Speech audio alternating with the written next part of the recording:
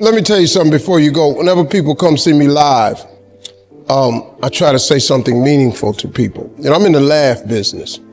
That's my gift. That's what God gave me at birth. Your gift is the thing that you do the absolute best with the least amount of effort. I want to tell you something that can help enrich your life. It's a sure sign from God that he ain't through with you because he wakes you up in the morning. When he's done, you won't wake up no more. But as long as you're waking up, that means he has something for you that he hasn't been able to give to you for whatever the reason. I'm going to help you get to that reason a little bit quicker. I want to tell you something that I learned that changed my life. I was reading a book one time that had a quote in there from Albert Einstein. And Albert Einstein said, "Imagination is everything. It's the preview to life's coming attractions." If you think about that, that's a really, really true statement.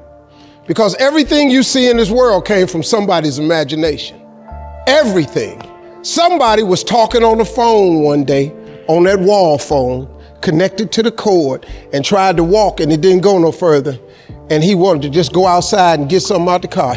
Somebody said, "You know what? I wish I could take this phone outside." Everybody in here got a cell phone. It was in somebody's imagination. Somebody imagined that. Somebody imagined everything. Somebody got tired of walking. Somebody got tired of driving cars. Somebody said, "We're gonna fly." You're not finna fly. Everybody in here have been on a plane. See, your imagination is the evidence of things not seen. You know why they call it the evidence of things not seen? Your imagination, you're the only one can see it. You're the only one can see it. See, so all this stuff you've been imagining was not some hocus pocus. When you imagine stuff, it's actually God showing you a preview of a coming attraction he has for you.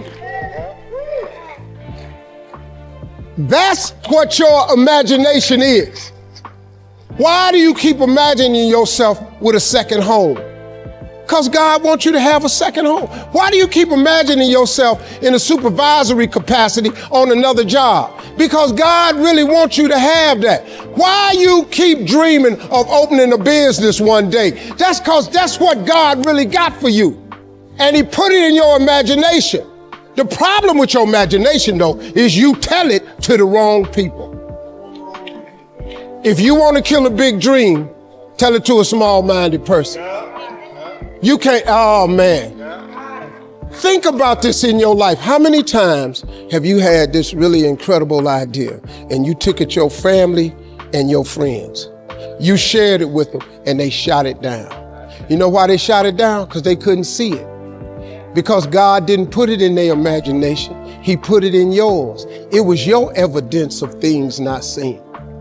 See, all this stuff you've been imagining, you ought to start working on it. Because that's what God really got for you. Your real life is in your imagination.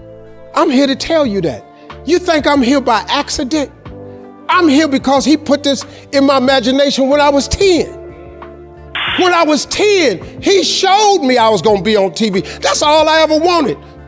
The assignment when I was in the 6th grade was everybody write their name on a piece of paper and write what you want to be. You know what I wrote on my paper? I want to be on TV. Now, the problem I had, though, was I used to suffer with a serious stuttering problem. I couldn't talk outside my house. I stuttered for years. I flunked out of school. I'm on my 3rd marriage. I lost everything I ever owned twice. I've been homeless and lived in a car for 3 years. But at 10, though, I wrote on a piece of paper, I want to be on TV. So the teacher went around the room and read everybody's paper. Had you stand up when she called your name. And the only assignment was your name and what you want to be. Doctor, lawyer, dentist, basketball player, football player. I wrote I want to be on TV. She saved me for last. She said, "Little Stevie, come to the front." Now I'm thinking, I'm going to the front because I got the best answer. Because ain't nobody had put that on their paper. She called me to the front. I'm thinking I'm finna give me a gold star. But I was wrong about that. She called me to the front to humiliate me. First of all, you know I can't talk. I suffered with stuttering stammer so bad, man. I couldn't talk at all. And that lady lit in on me. Why did you write this on your paper? Now I'm standing there, I can't talk. Who in this school ever been on TV? Who in your family ever been on TV? Who in this neighborhood ever been on TV? I'm crushing, man. I'm standing there dying. She said, look at you standing there. You can't even talk. How they gonna put somebody like you on TV? So every Christmas, I send her a flat screen TV. Because I don't want her to miss me. I do not want her to miss not an episode of me. Because I wanted her to see what God had done for me. The fact that you couldn't see it, it wasn't for you to see. He put it in my imagination. But after 3 years of homelessness, losing everything I ever owned twice, suffering through flunking out of school, go home and cut your TV on. That little boy with the stuttering problem, he all over that TV. You can't cut your TV on. You can't cut your TV on not now day of the week, and you don't see that little boy. That little boy with the stuttering problem is all over that TV because God put it in my imagination. All I did was hang on to that thought. I just kept hoping. I just kept hoping that what I had wrote on the paper would come true. A lot of times it wasn't about no faith. I didn't believe it sometimes. When you homeless and living in a car, how you see yourself as a TV star? But I just kept hanging on there. Because my mama was a Sunday school teacher. I kept hearing her say, God,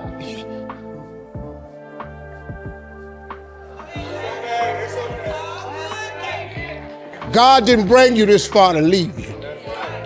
God didn't bring you this far to leave you. Why do you think he keeps waking you up?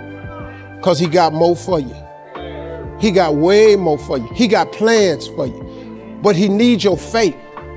He just needs you to call on him. He needs you to dust off your imagination and just go for it. You got to try. Quit waking up thinking you ain't got no say-so in your life. You have a choice in this matter. You can't stop what happened to you, but you can doggone sure do something about what happened to you. Life is 10% what happened to you, is 90% what you do about it. Somebody in your family gonna die. Somebody in here gonna get fired. Somebody here gonna get an eviction notice. Somebody gonna get laid off. Somebody company gonna close. That's life. Somebody you love gonna break up with you. That's life. But what you gonna do about it though? Since it's gonna happen anyway. Trust me, go home and ask God to open up your imagination and then pursue it with everything in you and watch what he do for you. Appreciate y'all.